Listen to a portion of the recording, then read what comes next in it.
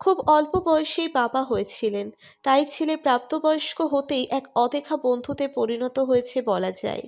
মোস্তফা সাহেব প্রায়শই বিক্ষিপ্ত অনুভূতি শেয়ার করেন, সমস্যা চিন্তাভাবনা খোলাখুলি বলেন, পরামর্শ করেন বৃদ্ধদের মতো।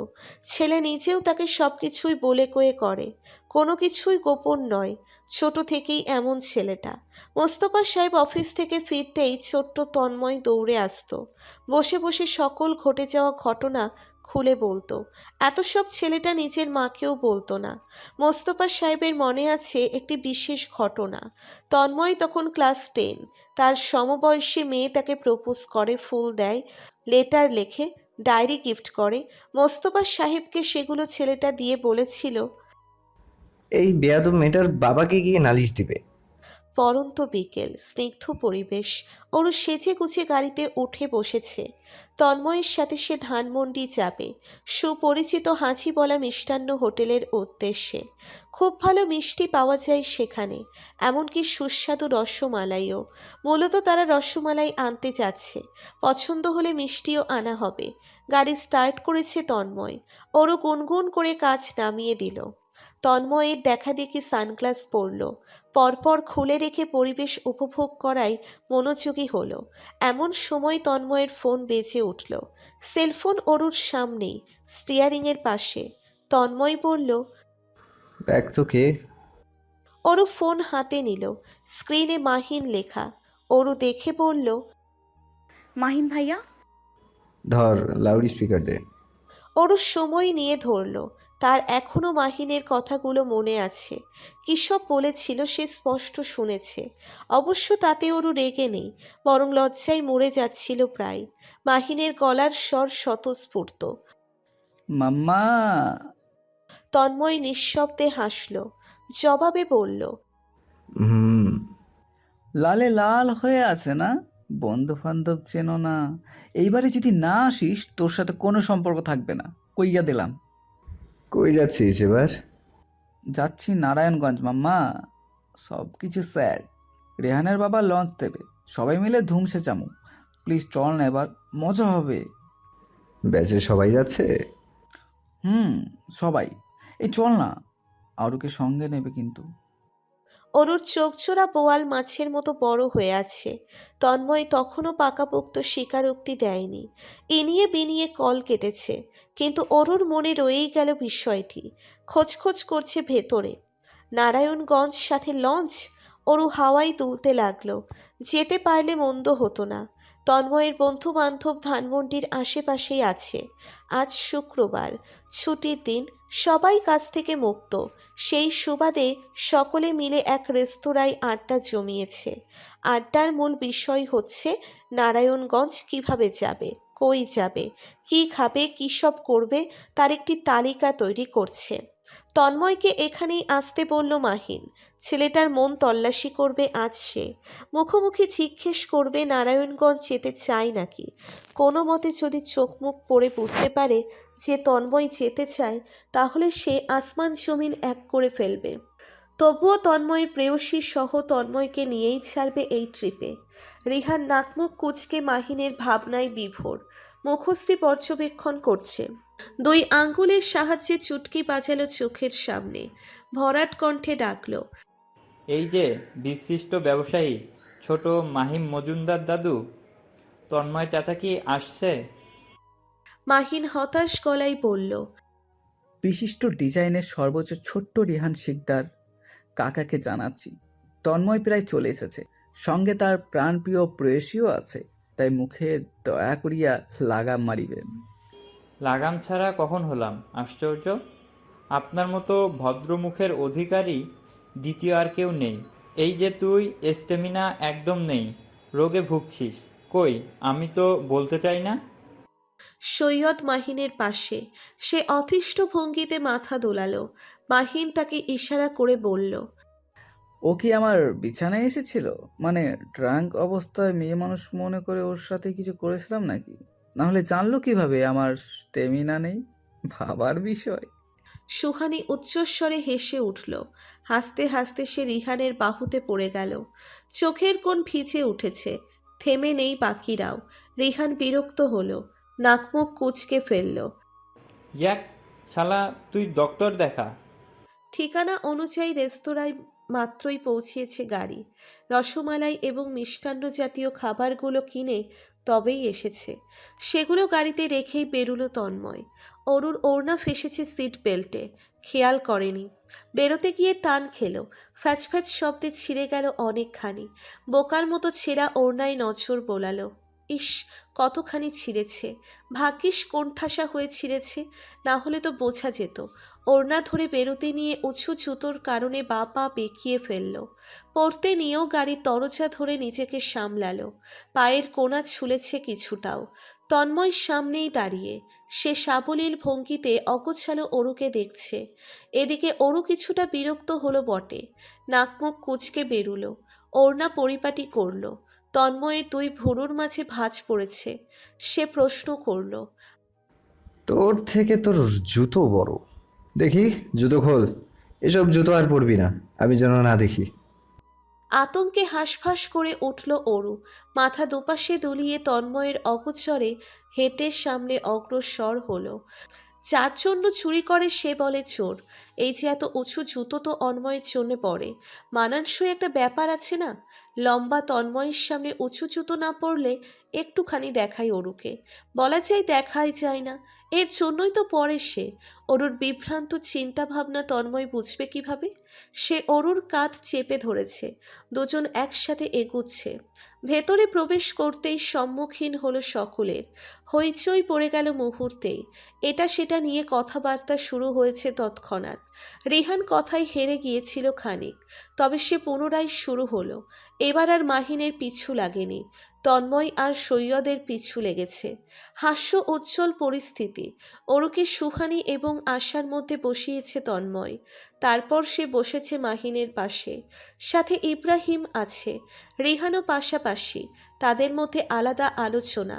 মাহিন কফিতে চুমুক বসিয়ে খুব স্বাভাবিক স্বরে শুধালো, কি সমস্যা? যেতে কেন চাচ্ছিস না?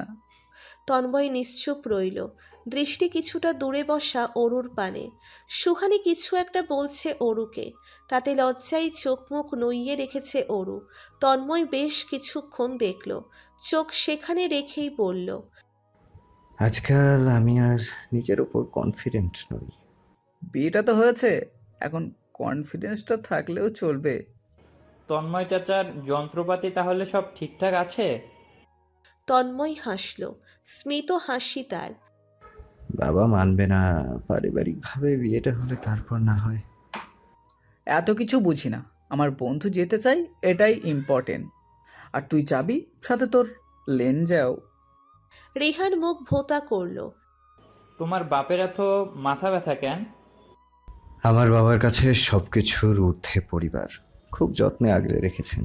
কোনো কারণে পরিবার ভেঙে যাবে সেটা সে স্বপ্নেও ভাবতে পারে না। তাই এসব চিন্তা তার। আমাদের বিয়েটা ভবিষ্যতে হয়তো সমস্যা দাঁড় করাতে পারে, এটাই তার মুখ্য হয়ে দাঁড়িয়েছে। ওরও যেহেতু ছোট, তাই বাবার চিন্তা বেশি। তার মনে হয় আমাদের মতামত মিলবে না বা বিয়েটা টিকবে না, আর যদি তেমন হয় পরিবার ভেঙে যাবে। মাহিন বিরক্ত হলো। তোর বাপের সব চিন্তা ভাবনা নদীতে ডুবে আছে, অযথা চিন্তা যত সব। সে কি জানে না তুই কে? তুই তো ভেজা বিড়াল, মাছ সামনে রেখে ছুঁয়েও দেখোস না। লাগছে কাতরে মরে পড়ে থাকবি। কতটা ভালোবাসোস তা তো আমরা জানি, নিজের চোখে দেখছি। এইসব সমস্যা কোনো কালেই হবে না, আমার কথা মিলিয়ে রাখ। আর আরও এখন যথেষ্ট প্রাপ্তবয়স্ক, এমন তো নয় ও তোকে পছন্দ করে না, খুব পছন্দ করে। এই যে আমি খেয়াল করলাম, মিনিটে শতবার তাকিয়েছে, তোকেই তো দেখছে ঘুরে ফিরে। গম্ভীর মুখে তন্ময় শব্দ করে হাসল, নীরব হাসি, স্বচ্ছ প্রাণবন্ত। মাহিন বলল, দোস্ত, আমার কাছে জুতো আছে, তুই শুধু ওয়েট কর, আমরা এবার সবাই মিলে যাও। রবিবার সন্ধ্যা 7টা। মোস্তফা সাহেব লিভিং রুমে বসে আছেন, নিউজ দেখছেন, সঙ্গে চা খাচ্ছেন। সাথে ওহি সাহেব, আনোয়ার সাহেবও রয়েছেন। এমতো অবস্থায় বিনা আমন্ত্রণে হাজির তন্ময়ের বন্ধু বান্ধব, একসাথে 6 জন। ছেলে মেয়ে মিলিয়ে এসেছে, হাতে নানান সরঞ্জাম, হাত ভর্তি খাবার এনেছে। সেগুলো উঠিয়ে দিয়েছে সামনে দাঁড়ানো জবেদা বেগমের হাতে। সেই সময় তন্ময় বাসায় নেই, অফিসে সে। হন্তদন্ত ভঙ্গিতে উঠে দাঁড়ালেন মোস্তফা সাহেব। ছেলের বন্ধুদের সে ভালোভাবেই চেনে, প্রায়শই কাজে অকাজে দেখা হয়েছে সকলের সাথেই। হঠাৎ তাদের আগমনে ভড়কে গেলেন কিছুটা, বসতে বললেন। মাহিন হাস্য উজ্জ্বল গলায় সালাম জানিয়েছে। চামড়া পাতলা। রিহান ততক্ষণে ওহি এবং আনোয়ার সাহেবের মধ্যে চেপে বসেছে, গপ্প বাজছে, এটা সেটা বলে আলোচনা শুরু করেছে। শান্ত বাড়িটি অশান্ত হয়ে উঠল মুহূর্তেই। চেঁচামেচির শব্দে বেরিয়ে এসেছে দীপ্ত, রবি, সাবিহা এবং অরু। জবেদা বেগম অরু এবং রবিকে কাজে লাগিয়ে দিয়েছে। ঝটপট খানা পিনা তৈরি করতে হবে। এভাবে শুকনো খাবার অলরেডি ট্রে করে নিয়ে এসেছেন। সবাই আলোচনা করে এসেছে। আজ মূলত ট্রিপের কথা মাহিন বলবে। লজিক কথাবার্তায় সে এক্সপার্ট, বাকিগুলো ধাপ্পাবাজ এক একটা। তাই সময় পেয়েই মাহিন বলল। চাচা, পারমিশন নিতে এসেছিলাম আপনার। মোস্তফা সাহেব হাসলেন। কিসের জন্য? তোমাদের আবার পারমিশন লাগবে কিসে? নারায়ণগঞ্জ যাচ্ছি, বন্ধু বান্ধব সকালে মিলে। তা তো বেশ, সাহায্য লাগলে বলো নির্দ্বিধায়। চাচা, সব কিছু সেট। আগামী বৃহস্পতিবার রাতে বেরোবো, লঞ্চ করে যাবো। লঞ্চ রেহানের বাবা দিচ্ছে, আর নারায়ণগঞ্জ আমার নানা বাড়ি। তো খানা পিনা থাকা নিয়ে কোনো চিন্তা নেই। 3 দিনের ট্রিপ। আমরা চাচ্ছিলাম আপনারা সকলে যদি সামিল হন, খুশি হব। মোস্তফা সাহেব উৎসুকভাবে হাসলেন। বাচ্চাদের ট্রিপ, সেখানে আমরা মুরব্বি যেয়ে কী করব? না বাবা, সম্ভব নয়, এভাবেও কাজের চাপ আছে। তাহলে বাচ্চাদের পাঠিয়ে দিন, মিলেমিশে যাই। আপনজন থাকলে ট্রিপ মজার হবে। পাঠানোর কি আছে? তন্ময় যেতে চাইলে যাবে। তন্ময় তো যাবেই, সাথে সাবিহা, রুবি আর আরও যদি যাই। মোস্তফা সাহেব থমকে গেলেন, কিছুক্ষণ তাকিয়ে থাকলেন। কিছু বলবেন পূর্বেই মাহিন পুনরায় বলল। আর সাবিহার জন্য এই ট্রিপ খুব ভালো হবে। মন মেজাজ সতেজ হবে, ডিপ্রেশন কেটে যাবে অনেকাংশে। একসময় ঘোরাফেরা খুব কাজে দেয়। আনোয়ার সাহেব সহমত হলেন। ওহি সাহেব ও ভাবুকভাবে মোস্তফা সাহেবের দিকে তাকালো। মোস্তফা সাহেবেরও মাহিনের কথাগুলো ভালো লাগলো। সাবিহার জন্য ঘোরাফেরা এখন খুব দরকার। মাইন্ড ফ্রেশ হবে, হয়তো অয়নকে ভুলেও যাবে, মায়া কাটবে। কিন্তু অরু? মোস্তফা সাহেব দোটানায় পড়লেন। ওহি সাহেব বলল। রবির সামনে পরীক্ষা, ও তো যেতে পারবে না। তবে তো তন্ময় যাচ্ছেই, সাবিহাকে দেখে রাখতে। সঙ্গে ওরও যাক, 3 জন মিলে ঘুরে ফিরে আসবে। খুব সাবধানে সিচুয়েশন হাতের মুঠোয় নিয়ে নিল মাহিন। রিহানও এদিকে সুরক্ষার বাণী শোনাতে ব্যস্ত। মেয়েগুলো দিব্যি ভাব জমিয়েছে জবেদা বেগম, মুক্তি বেগম এবং সুমিতা বেগমের সাথে। সাবিহাও ফাঁকে দু এক কথা বলছে।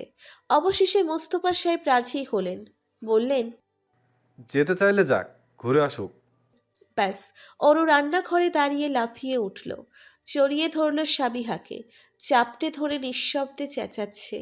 লাফালাফি থামাতেই সাবিহা দুহাতে অরুকে ধরে রেখেছে। মেয়েটা ব্যথা না পেয়ে বসে। অরুর কান্নার শব্দ ভেসে আসছে, ধীরে ধীরে স্বর বেড়ে চলেছে। একসময় উচ্চস্বরে কেঁদে উঠল। তার কান্নার শব্দে উতলা হয়ে সবাই বেরিয়ে এসেছেন। আনোয়ার সাহেব ছুটেছেন জুতো ছাড়া। অরু তখন ফ্লোরে বসে সামনে কাঁদছে, চোখ ফুলে কলা গাছ। তার সামনে তন্ময় দাঁড়িয়ে গম্ভীর মুখে, হাতে কেচি, পায়ের সামনে নানা জাতের উঁচু জুতোর সমাহার। সবগুলো জুতো আপাতত ছেঁড়া। এগুলো কেটে ফেলেছে তন্ময়, ফ্যাচ ফ্যাচ শব্দে সবগুলো কেটেছে। সেই জুতো চাপটে ধরেই কাঁদছে অরু। মোস্তফা সাহেব প্রশ্ন করলেন। কি হয়েছে? আনোয়ার সাহেবও চিন্তিত সুরে শুধালেন। হয়েছে কি? অরু রেগে মেগে উঠে দাঁড়ালো, অস্থির গলায় বিচার দিল। আমার সব জুতো কেটে ফেলেছে, আমার জুতো। অরুর এমন করুণ কান্নায় মোস্তফা সাহেব রেগে গেলেন। চোখ রাঙিয়ে তাকালেন ছেলের পানে।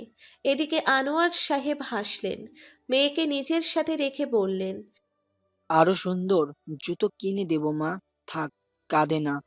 বাবার এমন কথাই অরুর কান্না দ্বিগুণ হলো। আশ্চর্য, কিনে দিবে মানে? এই লোককে কিছু বলছে না কেন? অরুর মনের আশা পূরণ করলো মোস্তফা সাহেব। ধমকে উঠলেন ছেলেকে। কেন করলে এমন? তন্ময় তখনও গম্ভীর মুখশ্রী নিয়ে অরুর দিকে তাকিয়ে। এদিকে রবি সহমত পোষণ করল।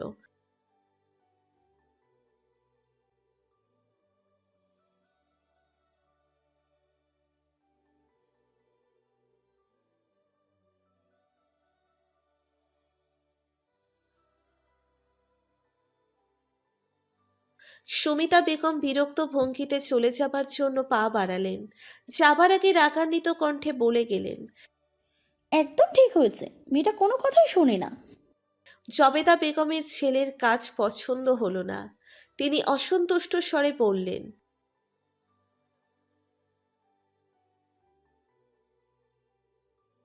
মোস্তফা সাহেবও বিরক্ত। তুমি কিসের বুঝদার হলে বলো তো? ছেলে মানুষই করে বিদায় তো এমন, বুঝলে কি আর এগুলো পড়বে? তন্ময় জবাব দিল না, কেচি ফেলে চলে গেল। ওরও বিছানার এক কোণে বসে কষ্টে বুকটা ফেটে যাচ্ছে। তার কতগুলো টাকার জুতো, সবগুলো এভাবে নষ্ট করে দিল। ইস, দানবটা মলম পট্টি করে যে এমন করবে কে জানতো। এই যে কিছুক্ষণ আগেই নিচু হাতে পায়ের গোড়ালিতে মলম লাগিয়ে পট্টি করে দিল। ওরও তখন ভালোবাসার সমুদ্রে ভাসছিল। সেখান থেকে টেনে হিঁচড়ে পুকুরে ফেলে দিতে মানুষটার বুক কাঁপল না? একটুও না। জুতার বিষয় নিয়ে অরুর মন খারাপ রয়েই গেল। রাতের খাবার খেতে বসেও মনমরা হয়ে থাকলো। মোস্তফা সাহেব বোঝালেন, জুতা নতুন অনেকগুলো কিনে দিবেন বললেন। তবুও কাজ হলো না। একসময় আলোচনা উঠল ট্রিপের বিষয়টি নিয়ে। তন্ময় মাথা তুলে তাকালো। এই বিষয়ে সে একদম অজানা। তাকে না জানিয়েই এসেছে বান্দরগুলো তাহলে। তার বাবাকে মানিয়েও ফেলেছে। কী সব বলেছে কে জানে। অরুর অভিমান রয়েই গেল। পরদিনও সেই চুপচাপ বাড়ির চারপাশে ঘুরঘুর করছে। তন্ময়ের কাছে ভুলবশত ভিড়ছে না। তন্ময় কতবার ডেকেছে হিসেব নেই। শুনেও না শোনার ভান করে থাকলো। অরু এই লোকের সাথে কথাই বলবে না। তন্ময় স্বভাব সুলভ গম্ভীর তবে ঠান্ডা মস্তিষ্কের মানুষ। বলাই বাহুল্য, এই ধরনের মানুষ খুন করেও শান্তশিষ্ট পরিবেশ সৃষ্টি করতে পারদর্শী। তন্ময়ের স্বভাব অনেকটা একই। সে সচরাচর অশান্ত অথবা রেগে ওঠে না। তার রাগান্বিত চেহারা দেখা দুঃসাধ্যের বাইরে। কিন্তু অরুর কারণে বেশ কয়েকবার তাকে রেগে মেগে অস্থির হতে হয়েছে। এর অবশ্যই যুক্তিযুক্ত কারণ রয়েছে। তখন তন্ময় 17 বছরের যুবক, কিছুটা স্বাস্থ্যসম্মত এবং তরতাজায় ভরপুর। চেহারায় তেজ, কণ্ঠে গম্ভীরতা আনার প্রচেষ্টা। অরুর বয়স সবে 7। হাঁটুর সমান ফ্রক পরে পায়ে নূপুর দিয়ে সম্পূর্ণ বাড়ি দিব্যি নেচে কুদে ঘুরে ফিরে। এদিক সেদিক সবখানে তাকালেই শুধু সে। অরু যেন শাহজাহান বাড়ির একমাত্র সন্তান। তন্ময় স্কুল থেকে ফিরেছে মাত্রই। নিঃশব্দে কাঁধের ব্যাগ হাতে নিয়ে ভেতরে প্রবেশ করতেই চেঁচিয়ে উঠল। গলা ফাটানো চিৎকার, অস্থিরতা কণ্ঠে স্পষ্ট। কম্পিত হাত ফসকে ব্যাগ কখন যেন পড়ে গেল ফ্লোরে। পাঁচোরাও থমকে গিয়েছে। সম্পূর্ণ সেই যেন পাথরে রূপান্তরিত হয়েছে। তার চোখের সামনে ফ্লোরে অরু রক্তাক্ত অবস্থায় পড়ে। সাদা ফ্রক লাল রক্তে মেখে, সম্পূর্ণ শরীর রক্তে রাঙিয়ে ফ্লোরে লম্বা লাল রক্তের লাইন এগুচ্ছে। থেমেছে তন্ময়ের থমকে থাকা পায়ের নিচে। এটা মোটেই কোনো সাধারণ দৃশ্য নয়, মেনে নেবার মতো। অপরদিকে তন্ময়ের যুবক গম্ভীর স্বরের চেঁচানো শুনে রক্তাক্ত অরু হুট করে লাফিয়ে দাঁড়িয়ে গেল। টান টান দাঁড়ানোর ভঙ্গি। চোখজোড়া বড় বড় বোয়াল মাছের ন্যায় হয়ে গেল মুহূর্তেই।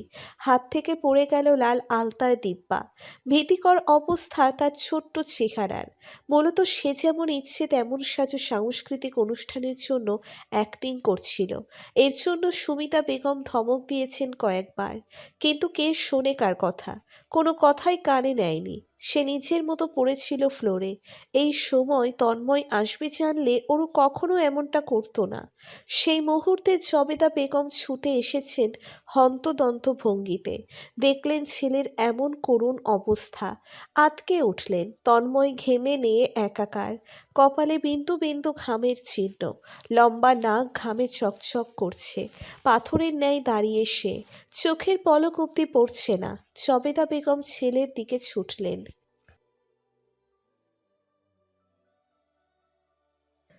তন্ময় তখনও ধ্যান জ্ঞান হারিয়ে ফেলেছে যেন। চোখ ঘুরিয়ে তার মায়ের দিকে তাকালো, তারপর অরুর দিকে। ধীরে ধীরে চোখের সাদা অংশটুকু লাল শিরায় ছেয়ে গেল। অত্যন্ত রাগে রীতিমতো থরথর করে কাঁপছে। অরু আলগোছে পেছন দিকে পা ফেলে পিছিয়ে চলেছে। একসময় দৌড় লাগালো। আশেপাশে নজর দেবার সময় নেই। তার নেওয়া এক একটা পায়ের ছাপ সাদা ফ্লোরে স্পষ্ট। তন্ময় সেই পায়ের ছাপ ফলো করে তেড়ে মেরে এগুচ্ছে। জবেদা বেগম থামাতে চাইলেন, কিন্তু সুমিতা বেগম দিলেন না। মেয়েটা এক নাম্বার বাদর, বাপ চাচা কেউই কিছু বলে না বলে মাথায় চড়ে বসেছে। শিক্ষা পাক একটা। অন্যদিকে ওরও লুকিয়েছে গোদাম ঘরে, অন্ধকার রুমে গুটিসুটি মেরে বসে। তন্ময় দরজা লাথি মেরে খুলে অরুকে ভাবার সময় দেয়নি। নরম তুলতুলে গালে শক্ত দুটো চড় মেরে বসেছে। টেনে ওয়াশরুমে পাঠিয়েছে। সে কি কান্না অরুর! সারা রাত দিন কেঁদে কাটিয়েছে। তন্ময়ও স্বেচ্ছায় মন ভোলাতে চায়নি। বাধ্য হয়ে 3 দিন পর অবাধ্য অরুকে নিয়ে ঘুরতে বেরিয়েছে। পছন্দের জিনিস কিনে দিয়েছে। তবেই শান্ত হয়েছে মেয়েটা। সেই অবাধ্য মেয়ে অরু এখন বড় হয়েছে। শুধু নামে তার বড় হওয়া। পরিবার কিংবা ভালোবাসার মানুষের সামনে সে সেই ছোট্ট অরু রয়ে গেল। রাতে ভালোভাবে খেলো না, সকালেও খেতে আসেনি। জবেদা বেগম ডেকে গেলেন 2 বার, অরু দরজা খোলেনি। সুমিতা বেগম চেঁচিয়েছেন, কাজ হলো না। ডাইনিংয়ে কম বেশি সবাই চলে এসেছে। কিছুক্ষণের মাঝে তন্ময় এলো। অফিস যাবে, হাতে ব্যাগ। পরিপাটি সে টেবিলে নজর বোলালো। অরু নেই। শান্ত চেহারার ভুরুদয়ের মাঝে সূক্ষ্ম ভাঁজ পড়ল মুহূর্তেই। ব্যাগ চেয়ারে রেখে জবেদা বেগমের উদ্দেশ্যে বলল। অরু কই? জবেদা বেগম হতাশ গলায় বললেন,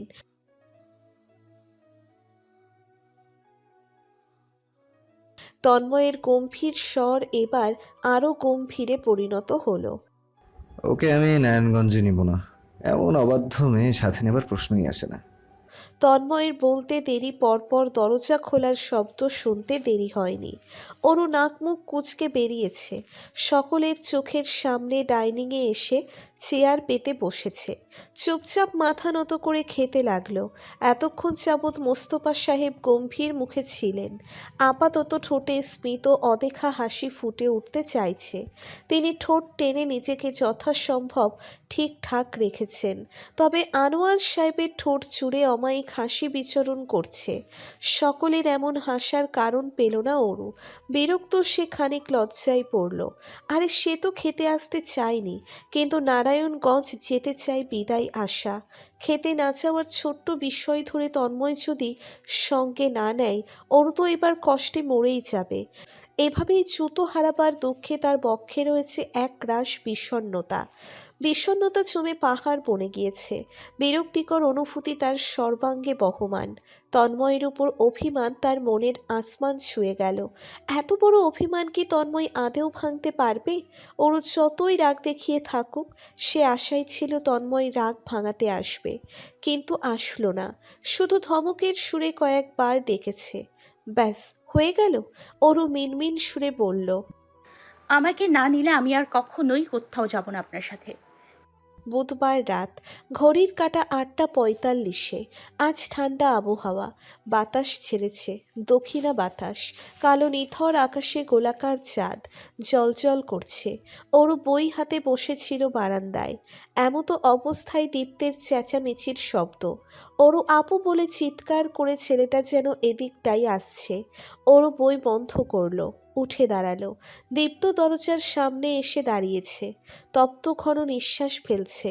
ঘেমে নিয়ে একাকার। স্বাস্থ্যসম্মত ছেলেটা এমন দৌড়ঝাঁপ করলে অবস্থা এমন তো হবেই।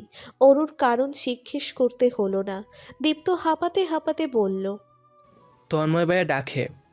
অরু কী হয়েছে বলে দ্রুত পায়ে বেরুলো। এক একটা পায়ের ধাপ দ্রুততম গতিতে নেওয়া। ছুটে লিভিং রুমে এসেছে। তন্ময় দাঁড়িয়ে, সাথে বাড়ির বাকি সদস্যও। ফ্লোরে এক গাদা শপিং ব্যাগ রাখা। রবি ব্যাগে উকি মেরে দেখছে। সব জুতো, ফ্ল্যাট জুতো, স্নিকার্স আর সামান্য উঁচু জুতো।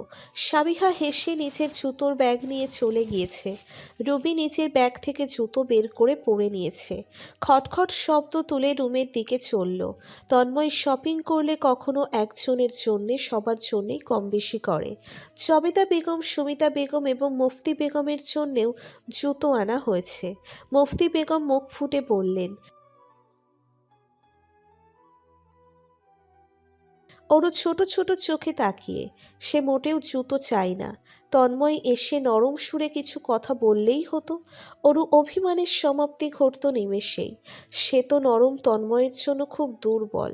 একটু গলা নামিয়ে কথা বললেই ওরু আসমানে ভাসে। দীপ্ত ওরুর শপিং ব্যাগগুলো ওরুর রুমে নিচ্ছে। ওর হাতে পিস্তল।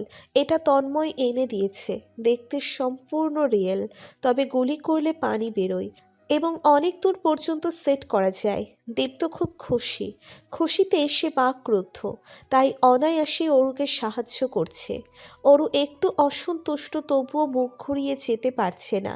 তার তন্ময় ভাই এত কিছু এনেছে তার জন্য, আর সে চলে যাবে? পারবে না। এতটাও কঠিন হৃদয়ের নয় অরু। তার মন নরম তুলতুলে।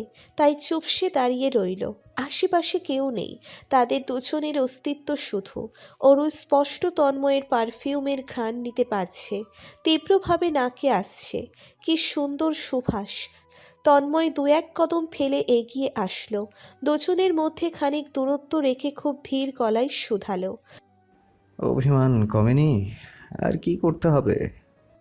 সোজা সাপটা প্রশ্নের সম্মুখীনে অরুর ব্যাকুল হৃদয় মুহূর্তেই শান্ত হয়ে গেল। প্রশান্তিতে চোখ বুজে এলো। ভালো লাগাই মন জুড়িয়ে গেল। ব্যাস, এতটুকুই তো সে চেয়েছে। এমন সময় জবেদা বেগম রান্নাঘর থেকে চেঁচিয়ে বললেন। তন্ময় সমান তালে জবাব দিল। হ্যাঁ। নত করে রাখা ওরও গালে স্পর্শ অনুভব করল। গরম হাতের স্পর্শ। গাল টেনে মাথা উঁচু করতে বাধ্য করেছে তন্ময়। ওরও বাধ্য মেয়ের মতো তাকালো। তার মুখশ্রী আর অন্ধকার নয়। তন্ময় পুনরায় শুধালো, কে? কিচ্ছু করতে হবে না। আর মুখ গোমড়া করে থাকবি? না তো। কফিটা দিয়ে যা। সোফা থেকে ব্যাগ নিয়ে তন্ময় চলে গেল। অরু বেশ কিছুক্ষণ দাঁড়িয়ে রইল। বুকের ভেতর তোলপাড় চলছিল। বুকে হাত চেপে দৌড় লাগালো। সে তো জুতো দেখেনি। সাবিহার এই ট্রিপে যাওয়ার বিন্দুমাত্র ইচ্ছে নেই। মূলত অরুর মুখের দিকে তাকিয়ে যেতে হচ্ছে। অরু খুশিতে বাকবাকম বনে গিয়েছে। সাবিহা সাথে যাবে বিষয়টি নিয়ে সে খুব এক্সাইটেড। একটু পরপর এসে প্রশ্ন করছে। যাবে তো? সত্যি যাবে তো? বাধ্যতামূলকভাবে সাবিহা যাবে। তবে সে ফিজিক্যালি কিংবা মেন্টালি কোনো দিক দিয়েই ভালো নেই। অদ্ভুত যন্ত্রণায় আড়ষ্ট হয়ে আছে। এই সময় ট্রিপ মানসিক শান্তি দিবে বলে মনে হয় না। খুব অগোছালো ভঙ্গিতে ব্যাগের সরঞ্জাম গুছিয়ে নিয়েছে। যেসব কিছু প্রয়োজন। রুমে দীপ্ত আছে। বিছানার উপর বসে বই পুস্তক পড়ছে। ফাঁকে ফাঁকে সাবিহাকে দেখে নিচ্ছে। কিছু বলবে বলবে ভেবেও বলছে না। ব্যাপারটা বুঝে সাবিহাই প্রশ্ন করল, কি বলবি? একা যাবে? আমাকে নিবে না? চল তাহলে। আমাকে যেতে দিবে না বলেই এমনটা বলছো, তাই না? মা বলেছে ওগুলা বড়দের টিপ, ছোটদের যেতে নেই। তাহলে যাস না। দীপ্ত এই নিরামিষ সাবিহার সাথে কথা বলে তক্ত। বই পুস্তক গুছিয়ে বেরিয়ে গেল। সাবিহা দীর্ঘশ্বাস ফেলে বিছানায় বসল। হাতে ফোন নিল। আনমনে তাকিয়ে থাকলো ফোনের দিকে। অয়নের বেশ কিছু ছবি সেভ করা। সাবিহা কয়েকবার ডিলিট করতে চেয়েও পারেনি। হাত কাঁপতে থাকে। অয়নের করা শেষ মেসেজ ও চোখের সামনে, বুকের ভেতর কামড়ে উঠছে। সে কি অদ্ভুত যন্ত্রণা! না শুয়ে থাকা যায় আর না স্থির বসে থাকতে দেয়। সেলফোন সরিয়ে বারান্দার দিকে পা বাড়ালো। জীবন থেকে যা চলে যাবার তা নিয়ে না ভাবাই উত্তম। সাবিহা নিজের সর্বোচ্চ চেষ্টা করবে আগের স্মৃতি ভুলে যাবার, অয়নকে ভুলে যাবার। রাত ওরও খুব কষ্টে কাটিয়েছে। উত্তেজনায় ঘুম আসতে চাইছিল না। বহু চেষ্টার ফলে ঘুমোতে পেরেছে। আজ বৃহস্পতিবার, ধবধবে পরিষ্কার আকাশ। ওরু সকাল সকাল উঠে ব্যাগ গোছাতে শুরু করেছে। এটা সেটার জন্য ছুটে চলেছে এক এক দিকে। দুপুরের সময় মাহিনকে দেখা গেল, সঙ্গে ইব্রাহিম। লাঞ্চ করে একসাথে বেরোবে তারা। এর জন্য বেশ ভালো রান্না হয়েছে বাড়িতে। গিন্নিরা কম বেশি অনেক পদের আইটেম করেছেন। সুগন্ধ ছড়িয়ে পড়েছে চারপাশে। খাওয়া দাওয়া শেষে রওনা হবার সময় ঘড়ির কাঁটা ঘুরছে 4টায়। ওরু তখনও ব্যস্ত ভঙ্গিতে তৈরি হচ্ছে। আজ কামিজ পরেনি, চুড়িদার পরেছে। কপালে ছোট কালো টিপ দিয়ে বেরিয়ে পড়ল। সাবিহা দাঁড়িয়ে, খুব সাধারণভাবে, কোনো সাজগোজ নেই, শুধু ড্রেসটাই পরেছে। ওরু এ বিষয়ে কিছু বলবে পূর্বেই সাবিহা তাড়া দিল। ভাইয়া দাঁড়িয়ে, আয়। ওরও কিছু বলতে পারল না, চুপচাপ এগিয়ে গেল। তন্ময় আর মাহিন কথা বলছে। ওরুকে দেখেই মাহিন হাসল, পরিষ্কার সুন্দর মিষ্টি হাসি। তন্ময়ের কাঁধ চাপড়ে বলল। জিতছোস মাম্মা। ওরু লজ্জায় হতভম্ব, দ্রুত পায়ে গাড়িতে উঠে গেল। এভাবে বললে তার লজ্জা লাগে না বুঝি? মুখের সামনে কেউ বলে এভাবে? সাবিহাও উঠে বসেছে। তন্ময় ড্রাইভিং সিটে বসলো, তার পাশে মাহিন। ইব্রাহিম বাইক নিয়ে এসেছে। সে সদর ঘাট পর্যন্ত বাইক চড়েই যাবে। গাড়ি স্টার্ট হয়েছে। গাড়ির আগে ইব্রাহিমের বাইক সামনে চলে গেল। পরপর হাওয়া। ওরু নিজের পাশের জানালা খুলে দিয়েছে। হুড়মুড়িয়ে বাতাস ছুঁয়ে দিচ্ছে। এক আলাদাই প্রশান্তি ঘিরে ধরেছে। আধা ঘন্টা গিয়ে গাড়ি হুট করে থেমে গেল মাঝপথে। তন্ময় সাবিহার উদ্দেশ্যে বলল। আয়। অবুঝের মতো সাবিহা বেরোলো। কোনো সিরিয়াস কিছু হলো নাকি? তাদের গাড়ির সামনে আরেকটি গাড়ি রয়েছে, সাদা রঙের। সাবিহা লক্ষ্য করেনি। তন্ময় বলল। ঘুরে আয়, ফিরে আসবি হাসোচ্ছল হয়ে। কোনো প্রয়োজন হলে কল দিবি। সাবিহা নির্বোধ। হুম। গাড়ির পেছন দিকে অয়ন দাঁড়িয়েছিল। এবার ঘুরে সামনে এলো। চোখে কালো সানগ্লাস। সানগ্লাস খুলে তন্ময়ের সামনে দাঁড়ালো। তন্ময় তার কাঁধে হাত রাখলো, শাসানো সুরে বলল। Be careful.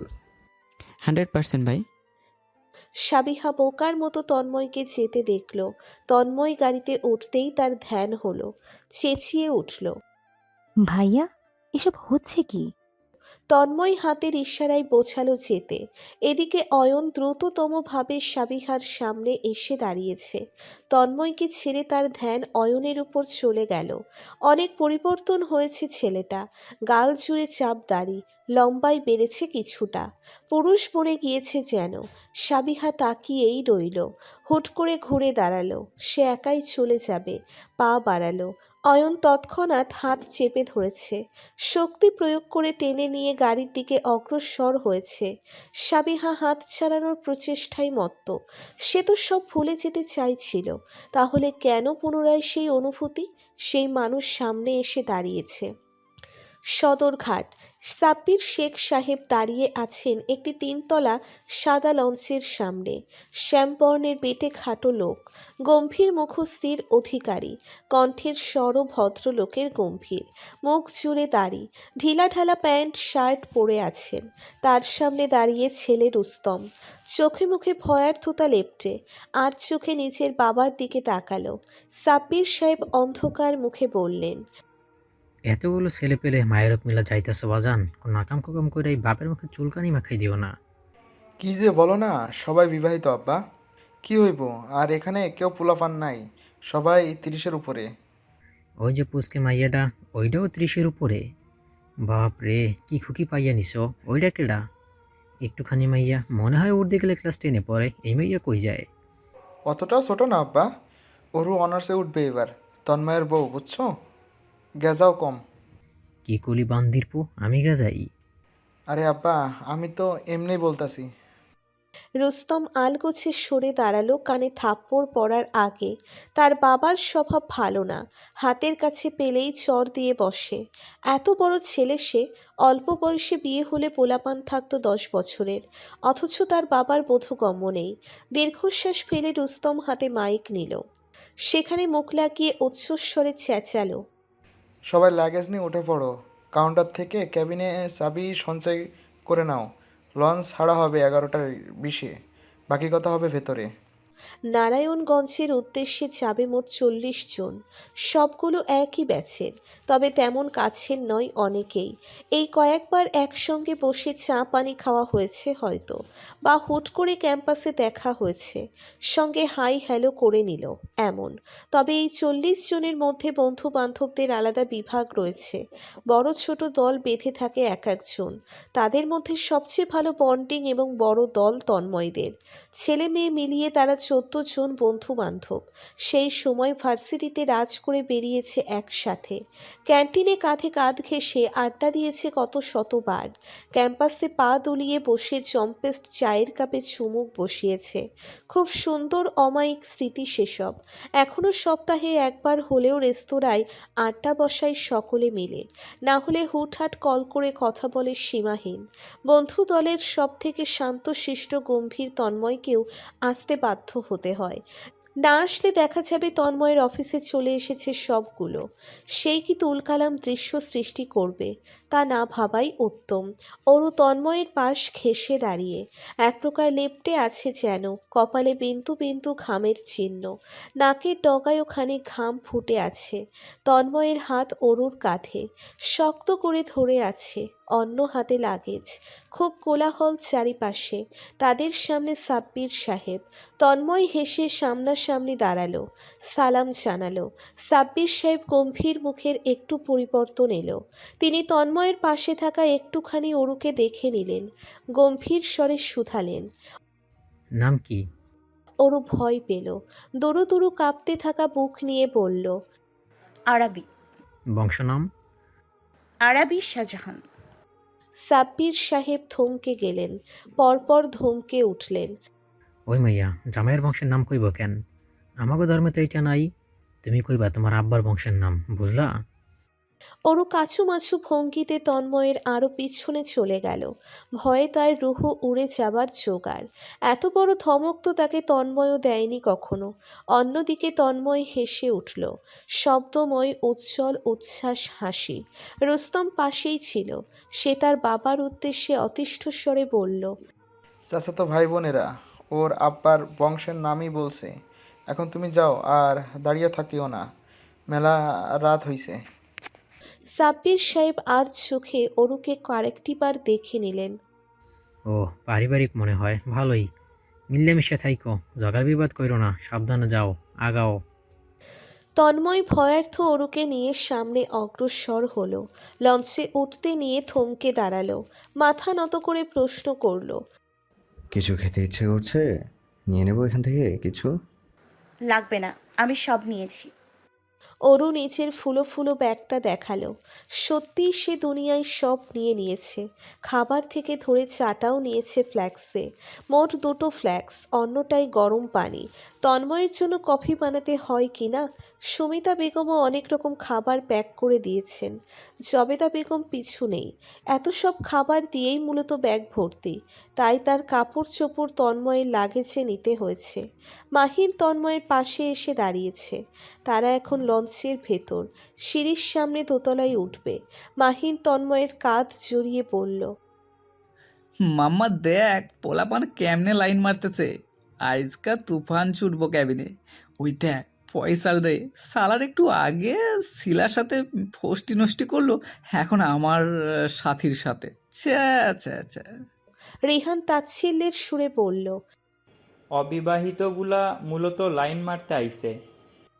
পাশে দাঁড়ানো অবিবাহিত মাহিন ছোট চোখে তাকালো। রিহান লাজুক হেসে সরে গেল। অজুহাত স্বরূপ সুহানিকে কাজে লাগালো। মূলত তার নাম ডাকতে ডাকতে হাঁটা ধরেছে, না হলে মাহিন উল্টো পাল্টা কিছু একটা বলে দিবে। ছেলেটার মুখে একদম লাগাম নেই। রুস্তম দৌড়ে এসেছে, হাতে চাবি, মোট 13টা। সম্পূর্ণ দোতলার কেবিনগুলো নিয়েছে তারা, সিরিয়াল সমেত। এক একজনের হাতে চাবি ধরিয়ে দিল। বলে গেল লঞ্চ ছাড়বে কিছুক্ষণের মধ্যেই। ডিনার করলে নিচতলায় চলে যেতে, খাবার ব্যবস্থা আছে, চা পানির স্টল খোলা আছে প্রয়োজনে। তন্ময়ের কেবিন নাম্বার 27, বড় লাক্সারিয়াস খোলামেলা কেবিন। অরুণ মস্তিষ্ক চলতে শুরু করেছে।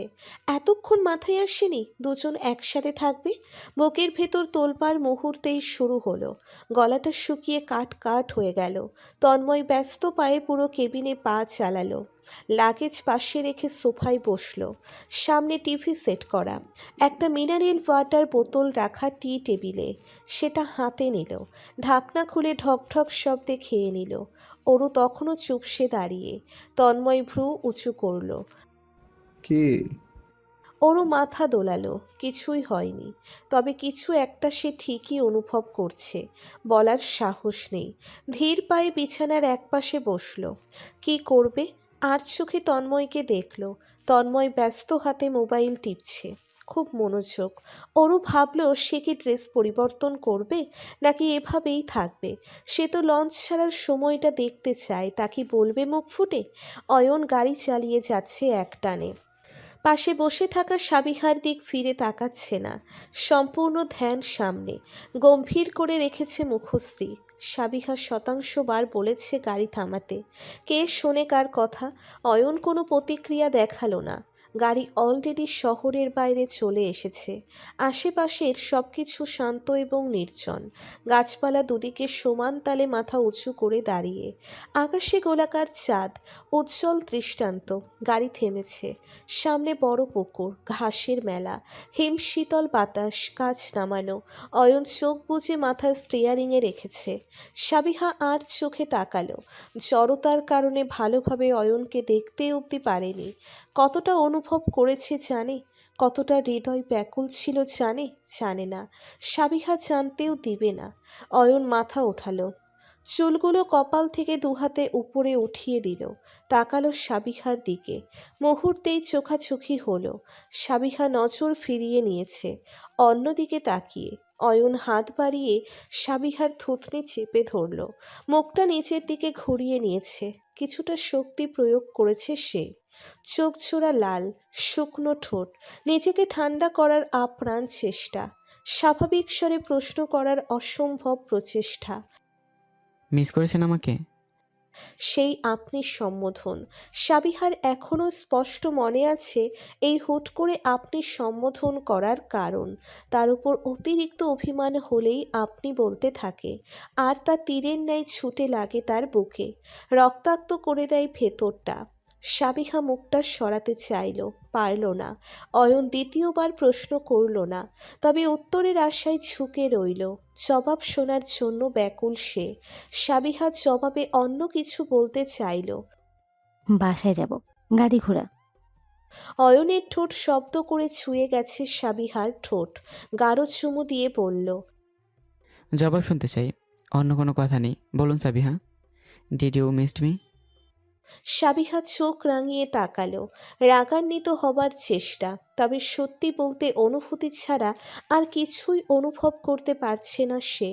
রাগ তো ভুলেও নয়। অয়নের প্রতি বিন্দু পরিমাণ রাগ নেই, আছে সীমাহীন ভালোবাসা, অনুভূতি আর ব্যাকুলতা। অয়ন থুতনি ছেড়ে দিল, দুহাতে সাবিহাকে বুকে টেনে নিল, শক্ত করে চুমু খেলো কপালে। কণ্ঠের স্বর কাতর শোনালো, খুব মিস করছি, রাতভর ঘুমাতে পারিনি। তোমাকে ছাড়া ভালো নেই, একটুও না। আমার সাথে এমন করো না সাবিহা, আমি শান্তিতে বাঁচতে পারবো না। সাবিহার কঠোর করতে চাওয়া হৃদয় মুহূর্তেই গলে গেল। ছিন্ন বিচ্ছিন্ন ভঙ্গিতে ছটফট করতে লাগলো। হাত দুটো অয়নকে জড়িয়ে ধরার জন্য ব্যাকুল। চোখের কোণ বেয়ে অশ্রু গড়িয়ে পড়ল আনমনে। অয়ন মাথা এগিয়ে দিয়ে তাকালো, ডান হাতে মুছে নিল চোখের জল, চুমু খেলো চোখে। আমি জানি আমাকে মিস করেছো, খুব কেঁদেছো, একদম ভালো ছেলে না। আমি তোমার সাবিয়াকে চিনি। কেন এলে আবার? আমি কি করব? কিছু করতে হবে না, সব আমি করব, সব কিছু ঠিক করব। কাঁদে না। অজস্র ক্ষুদ্র চুমুতে রাঙিয়ে দিল সাবিহার মুখশ্রী। ব্যাকুল হৃদয়ের তৃষ্ণা মেটাতে বুকে টেনে নিচ্ছে একটু পরপর। শক্ত করে জড়িয়ে রেখেছে, মাথায় হাত বুলিয়ে চুলগুলো গুছিয়ে নিয়েছে। সে কি আদুরে অনুভূতি! অরুকে বলতে হলো না নিজের ইচ্ছের বিষয়টি। তন্ময় নিজেই বলেছে অরুকে ফ্রেশ হয়ে নিতে। ছাদে যাবে তারা। লঞ্চ ছাড়বে একটু পর, বাতাস উপভোগ করবে বসে। সেখানে সিটের ব্যবস্থা করা হয়েছে। অরু দ্রুত পায়ে ফ্রেশ হয়ে ফিরেছে, চুল ঝুটি করে নিয়েছে। তন্ময় দরজার সামনে দাঁড়িয়ে অরুকে দেখতেই বলল, ইয়ারফোন নিয়ে আয়। অরু ছুটে গেল ভেতরে পুনরায়, লাগেজ খুলে ইয়ারফোন নিল। দ্রুত পায়ে তন্ময়ের সামনে দাঁড়ালো, ইয়ারফোন এগিয়ে দিল। চোখ মুখে আগ্রহ। তন্ময় নিজের ফোনে ইয়ারফোন সেট করলো। একটা হিন্দি গান ছেড়ে দোকানে ঢোকালো। সাউন্ড মেপে অরুর দোকানে ঢুকিয়ে দিল তীব্র শব্দ। অরু বোকার মতো তাকিয়ে। তন্ময় ধমকের সুরে বলল, ভুলেও ইয়ারফোন কান থেকে সরাবি না, মনে থাকবে?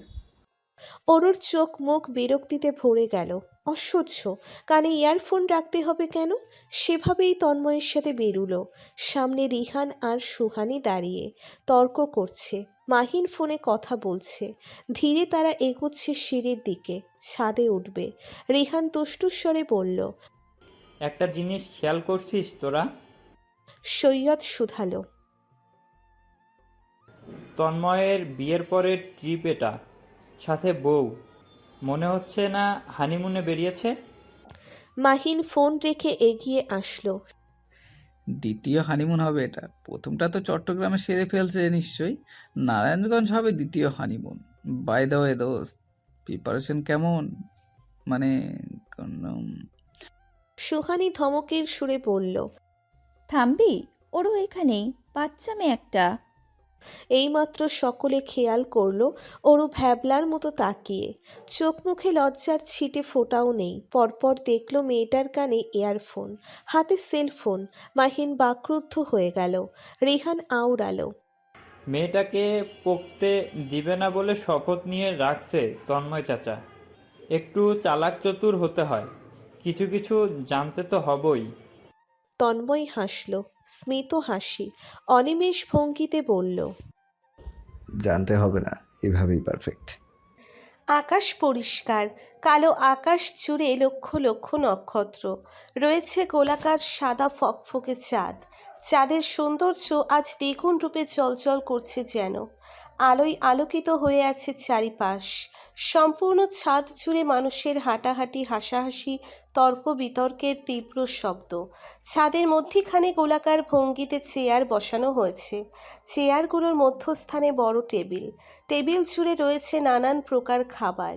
ইব্রাহিম সমান তালে খেয়ে চলেছে, চোখমুখ শক্ত। পাশে রুস্তম বসে, সেও চোখমুখ ক্রোধে ললাটের রূপ ধারণ করে খেয়ে যাচ্ছে। তাদের মধ্যে কিছু একটা নিয়ে তর্ক বিতর্ক চলছে। দুজন এক সময় দাঁড়িয়ে পড়ল, যেন তর্কাতর্কি এখন মারামারির পর্যায়ে আসবে। দুজন মুখোমুখি ছুঁই ছুঁই হয়ে চোখ রাঙিয়ে তাকিয়ে একে অপরের পানে। তন্ময়, মাহিন, সৈয়দ তারা ছাদে উঠেছে কেবলই। মাহিন চেঁচালো, কিরে, এমনভাবে দাঁড়িয়ে আছিস যেন চুম্বনে লিপ্ত হবি দুজন। একটা রুমের চাবি কি দেবো? অপ্রত্যাশিত কথায় ভরকে গেল ইব্রাহিম। নাকমুখ কুঁচকে গেল মুহূর্তেই। সাপের ন্যায় ফোঁস করে সরে এলো। রুস্তম কম কিসে, সোজা সাপটা তেড়ে গিয়েছে মাহিনের দিকে। কিছু বোঝাপড়া এখনই করবে সে। মাহিন দৌড় লাগিয়েছে। হেসে উঠেছে বাকি সকলে। খোলামেলা শব্দময় হাসি এক একজনের। তন্ময় ছাদে উঠতেই তাকে এসে অনেকেই ডাকছে। এতদিন পর দেখা, ডাকাডাকি স্বাভাবিক। তন্ময় হেসে বলছে, আসছি। অরুকে চেয়ারে বসতে ইশারা করলো। অরু বসবে না, সে ওই কোনায় গিয়ে রেলিংয়ের পাশে দাঁড়াবে। নদীর পানি দেখবে, লঞ্চ ছাড়ার মুহূর্ত উপভোগ করবে। শব্দ করে বলল, ওপাশে যাই আমি। না, বস। অরু কিছুই শুনতে পেল না। তীব্র গানের শব্দ, এত মানুষ অথচ একটি শব্দ তার কানে আসছে না। অরু ভাবল এক কানের ইয়ারফোন খুলে ফেলবে, কিন্তু তন্ময় একটু পরপর চেক করছে, কানের দিকে ভালোভাবে তাকাচ্ছে। আশ্চর্য, এত কেয়ারফুল হবার কি আদৌ প্রয়োজন আছে? অরু তন্ময়ের চোখ রাঙানো দেখে বসলো এক কোণে, চুপচাপ বসে, হাত দুটো সামনে। তন্ময় হাতের ইশারায় ঠাই বসতে বলে তারপরই অন্যদিকে হাঁটা দিয়েছে। কিছুক্ষণ পর শব্দ করে অরুর পাশে এসে বসল সৈয়দ, অপর পাশে গুহানি এসে বসেছে। সামনে রিহান আর মাহিন বসে, অরু চারপাশ হতে ঘেরা, বোকার মতো তাকিয়ে আছে। সুহানি অরুর কান থেকে ইয়ারফোন খুলে নিল, হেসে শুধালো। কি গান শুনছো অরু? অরু নাম বলল। তেরি কসম। মাহিন হতাশ গলায় বলল। আহারে, তুমি এভাবে অন্যের গান কেন শুনবে বলো তো? তোমার ভাইয়া থেকে হয়ে যাওয়া সাইয়া কিন্তু খুব ভালো গান গায়। সেদিন শুনলে না, এই ছেলে ভার্সিটির কত মেয়েদের কানে কানে গিয়ে গান গেয়েছে, বলে শেষ করা মুশকিল। তোমার গানে গান গেয়েছে? অরুর উজ্জ্বল মুখশ্রী বড্ড অসহায় দেখাচ্ছে। সুহানির ভীষণ মায়া হলো, সে অরুকে পাঁচ কোলে চেপে নিল, ধমকের সুরে মাহিনকে বলল। চুপ থাক তুই। তোর নোংরা বাম হাত ঢোকাবি না, খবরদার। কথা বলতে দে তো। আরু বলো, গান গেয়ে শুনিয়েছে কানে কানে? অরু মাথা নাড়ালো। না। ইস, এই মেয়েটাকে দেখে এই যে জিন্স টপ পরে তন্ময়ের পাশে দাঁড়িয়েছে, আমাদের ক্লাস টপার ছিল, তন্ময়ের জন্য পাগল। এই মেয়েকে কিন্তু তন্ময় কানে কানে গান শুনিয়েছে, আমার নিজের চোখে দেখা। অরুর বিশ্বাস হলো না মোটেও। তার গম্ভীর শান্তশিষ্ট তন্ময় ভাই এমনটা আদৌ করতে পারে? অরু বলল। সত্যি? এখানে উপস্থিত অনেক মেয়ের সাথে লাইন ছিল বুঝলে, সব গোপনে। গোপনীয়তা বজায় রেখে চলতো ছেলের। দেখতে তো ভোলা ভালা, টেম্পো চালাতে জানে, সেটা কে জানতো বলো? অরুর মুখ ভোঁতা হয়ে আছে। সেই মুখ আরো ভোঁতা করতে রিহান বলল। আরে মাহিন, তোর শিলার কথা মনে আছে? ওই মাতবরের নাতনিটা, ওটার সাথে তো তন্ময় ভালোই ঘনিষ্ঠ হয়েছিল, মনে পড়ে? মগজ ধোলাই হওয়া অরুর চোখজোড়া বড় বড় হয়ে গেল। মাহিনের মুখের ভঙ্গিমা দেখে তার সব কথা সত্য মনে হতে লাগলো। নেমে সেই চোখজোড়া চলতে শুরু করলো। এর জন্য কি তন্ময় তার কানে ইয়ারফোন দিয়েছে, যাতে সে এগুলো না শুনতে পায়? মাহিন আলগুছে উঠে গেল। তন্ময় আসছে তাড়াহুড়ো পায়ে। রিহানও ব্যস্ত ভঙ্গিতে এদিক সেদিক তাকিয়ে কেটে পড়েছে। অরুর পাশে শুধু সুহানি বসে। সে নরম সুরে বলল। ওদের কথা বিশ্বাস করো না, ফাজলামো করছে তোমার সঙ্গে। তুমি তো জানো তন্ময় কেমন। তবে কানে কানে গান শোনার আবদারখানা করতেই পারো। এটা কিন্তু আমিও পার্সোনালিভাবে উপভোগ করেছি রিহানের থেকে। অনুভূতি খুব স্বচ্ছ এবং দারুণ। ট্রাই করতেই পারো। অরু তাকালো অসহায় নয়নে। সুহানি শব্দ করে হাসছে। তন্ময় সামনে আসতেই বলল। দোস্ত, তোর পর মগজ ধোলাই করে গেছে ওই দুইজন। সামলা তাহলে, আমি একটু আসছি। তন্ময় বিরক্ত ভঙ্গিতে মাথা নাড়ালো। দূরত্ব বজায় রেখে দাঁড়ালো মাহিন। রিহানকে চোখও রাঙালো। ছেলেগুলোর চালায় সে বাঁচবে না বেশি দিন। অরুর ভোঁতা মুখশ্রীখানায় দৃষ্টিপাত করে প্রশ্ন করল। কি হয়েছে? কিছু না। কি বলেছে? অরু চুপ রইল। তন্ময় হাত বাড়ালো। দেখি, আয়।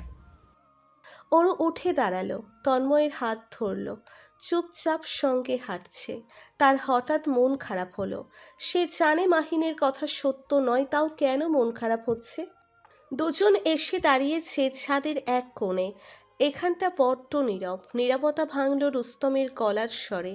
লঞ্চ ছাড়া হবে এক্ষুনি। পরপরই শোনা গেল লঞ্চ ছাড়ার তীব্র শব্দ। অরু ধ্যানমগ্ন হয়ে পড়ল সেই শব্দে। তাকিয়ে থাকলো নদীর পানির দিকে। পানির উচ্ছ্বাস অবস্থা, উথাল পাথাল গাঢ় ঢেউ দিশেহারা অবিকলভাবে মেতে চলেছে। ধীরে লঞ্চ চলতে শুরু করেছে নদীর বুকে। সে কি অদ্ভুত অনুভূতি! অরু এবার রেলিং ঘেঁষে দাঁড়ালো আরেকটু কাছে গিয়ে, মাথাটা নিচু করতে চাইল। তন্ময় দিল না, সে অরুর পেছন দাঁড়িয়ে, স্বাস্থ্যসম্মত দুহাতে দুপাশে দেওয়া। দূর থেকে মনে হচ্ছে অরু তন্ময়ের বাহুতে আটকে, তবে কাছাকাছি তেমনটা মোটেও নয়। দুজনের মধ্যে দূরত্ব রয়েছে কিছুটা। অরু আর চোখে পেছনে তাকালো। তন্ময় তখনও নদীর দিকে তাকিয়ে, তবে অরুর নজর ঠিক উপলব্ধি করলো। কে? হুম। বল। আপনি কখনো প্রেম করেছেন? প্রশ্নটা করতেই অরুর বুকের ওঠানামার গতি বেড়ে গেল, ভেতরটা ধুকপুক করছে। তন্ময় সময় নেয়নি, মুহূর্তেই জবাব দিল। না। কখনো করেননি?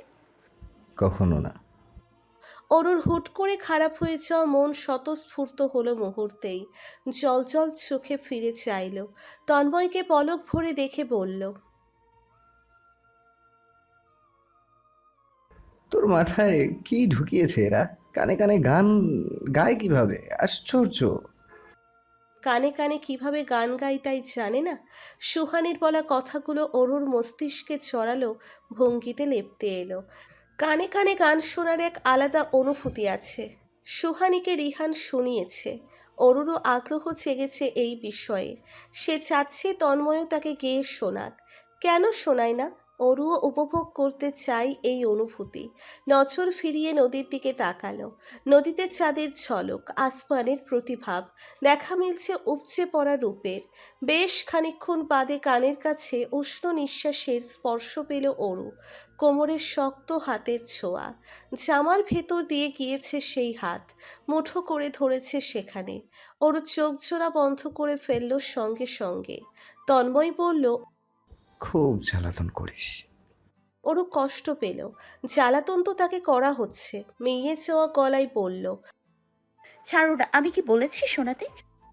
তন্ময়ের গম্ভীর কণ্ঠের ধীর হাসির শব্দ শোনা গেল। ও, সরুন। তুই তো দিব্যি আমাকে জোরপূর্বক চুমু খেতি। এখন আমি ধরতে পারবো না সার্টিফিকেট পেয়েও? কি? অরু আশ্চর্যের শেষ সীমানায় চলে গেল। কী সব বলছে! সেই কবে অরু গালে একটা চুমু দিয়েছিল সেটা নিয়ে বসে আছে। তখন তো অরু ছোট, অবুঝ ছিল। অনুভূতির চাদরে ঢেকে কয়েকটি ভুল স্টেপ নিয়েছিল, তাই বলে এভাবে বলবে? সেও তো অরুর সাথে কত কিছু করেছে, অরু তো বলতে চায়নি। আমি কখনো এমন করিনি, মানে মাত্র একবার। একবার? আচ্ছা, ওই একবার কেন চুমু খেয়েছিলি? অরু দিশেহারা হয়ে পড়ল। কেন খেয়েছিল? না খেলে এত কিছু তো শুনতে হতো না। দুঃখিত গলায় বলল, ভুল হয়ে গেছে। শাস্তি তো পেতে হবে। হঠাৎ কানের কাছটায় নিঃশ্বাসের ইঙ্গিত পেল। কেঁপে উঠল অরু। এভাবে কানে মুখ দিয়ে রেখেছে কেন? পরপর নরম ঠোঁটের ছোঁয়া। দম আটকে রাখলো অরু। ভালোভাবে শ্বাস নিতে পারছে না। রুদ্ধশ্বাস ফেলে নড়েচড়ে উঠল তন্ময়ের বাহুতে, কিন্তু সরতে পারল না। তন্ময় শক্ত করে ধরে রেখেছে তাকে। ঠোঁটের স্পর্শ অনুভব করে যাচ্ছে কানের লতিতে, বিচরণ করছে সেখানে। পরপর সেই চিরচেনা গম্ভীর স্বরে সুরের তাল শুনতে পেল, ভীষণ কাছ থেকে, খুব ধীরে। অরুর উথাল পাথাল ধুকপুক বেড়ে গেল শতগুণে। রাত ৩:৩৫। অরু সোফায় বসে, হাতে কফির মগ, ধীরে কফিটুকু খাচ্ছে। চোখজোড়া চলছে রীতিমতো, মাথাটাও ভার হয়ে আছে। এমন গান শুনিয়েছে লোকটা যে অরু দুদণ্ড আর দাঁড়িয়ে থাকতে পারেনি ছাদে। হাঁটু কেঁপে ভেঙে যাচ্ছিল। ভাগ্যিস তন্ময় ধরে রেখেছিল, না হলে তো পড়ে যেত। বুকের ভেতর এখনও সমান তালে কাঁপছে, গলাটাও শুকিয়ে যাচ্ছে। তন্ময় 1:45-এ বেরিয়েছে। বাহির থেকে রুম লক করে গিয়েছে, সঙ্গে ভেতর থেকেও করতে বলেছে অরুকে। সেলফোন দিয়ে গিয়েছে দরকার পড়লে কল করতে। অরুর প্রয়োজন পড়েনি। সে চুপচাপ বসে থাকলো পুরো সময়। লঞ্চ নারায়ণগঞ্জে ত্রিসীমানা চলে এসেছে। দূর থেকে দেখা মিলছে বড় অট্টালিকার, গাছপালা, ঘন জঙ্গল, সবই আবছা দৃশ্যমান। অরু বারান্দার চেয়ারে বসে তাকিয়ে রইল, বুকে হাত চেপে রাখল, চোখ বুঝল। অন্তত ভালোবাসতে নেই, হৃদয় পড়ে ছারখার হয়ে যাবে, হয়তো সুখী নয়তো যন্ত্রণায়। আমার হৃদয় কেন পড়ছে সাবিহা? সাবিহা দৃষ্টি সরালো, বুকের চিনচিন ব্যথা অগ্রাহ্য করল। পরিবারের কথা শোনো, তারা তোমার খারাপ চায় না। তুমি কি চাও? যা তোমার জন্য ভালো। অয়ন হাসল নির্বিকার ভঙ্গিতে। আমার জন্য ভালো কি? এত সব জানি না। তুমি কিছু জানো না, বোঝো না। তুমি শুধু আমাকে পড়াতে জানো। সাবিহার চোখের সামনে সব ঝাপসা হয়ে আসছে, দু চোখ ভিজে উঠেছে। সে মাথা ঘুরিয়ে সিটে হেলান দিয়ে পড়ল, চোখ জোড়া বুজে রাখল। অয়ন কপালে আঙ্গুল চেপে ধরেছে। হৃদয় এতটা ব্যাকুল কেন হবে? ভালোবাসার মানুষ সামনে আসতেই রাগ প্রেমের সমুদ্রে ডুব কেন দিবে? রাগ কেন রাগের জায়গায় শটান মেরে থাকে না? অভিমানী মন শক্তপোক্ত হতে পারে না কেন? এই যে অয়ন মাসখানেক ধরে জ্বলন্ত আগুনে দাউ দাউ করে জ্বলল, পুড়ে ছারখার হয়ে গেল, রেগে মেগে অস্থির হয়ে থাকলো, দিনরাত জেগে কাটালো, এক মুহূর্তের জন্য দু চোখের পাতা বুঝতে পারেনি, শান্তিপূর্ণভাবে ঘুমাতে পারেনি। খুব করে মনকে শক্ত করেছিল, ভেবে রেখেছিল সাবিহার সামনে আসলে তাকেও নিজের আগুনে জ্বালাবে। পই পই করে ভেবে রেখেছে, অথচ এখন হচ্ছেটা কি? সাবিহার আঁখি দুটির কোণে জল ঘেঁষতে দেখে মুহূর্তেই গোলে রসমালাই বনে গেল। রাগ, অভিমান, জেদ সব কিছু উবে গেল। আপাতত বুক ভর্তি ভালোবাসা উতলে উঠছে, হাঁসফাঁস করছে বুকের ভেতরটা। সাবিহাকে শক্ত করে ধরে রাখতে ইচ্ছে করছে বক্ষস্থলে। বিরক্ত ভঙ্গিতে কপালের চুলগুলো দুহাতের সাহায্যে উঠিয়ে নিল, ঘুরে তাকালো পাশে। সাবিহা ঘুমিয়ে পড়েছে, সিটে মাথা এলিয়ে নিশ্চিন্ত চোখ বুজে আছে, মায়াবিনী একটা। অয়নকে চালিয়ে পুড়িয়ে ঘুমাতে ব্যস্ত। অয়ন ঠোঁটে ঠোঁট চেপে ঘুমন্ত সাবিহার পানে চেয়ে রইল। চোখ মুখ লাল বর্ণ রূপান্তরিত হয়েছে, কালো রেশমি চুলগুলো চারপাশে ছড়িয়ে ছিটিয়ে। অয়ন হাত বাড়ালো, মুখশ্রীর সামনে থেকে চুলগুলো সরিয়ে কানের পিছনে গুজে দিল। থমথমে চোখ নামিয়ে চট করে একটা চুমু খেলো।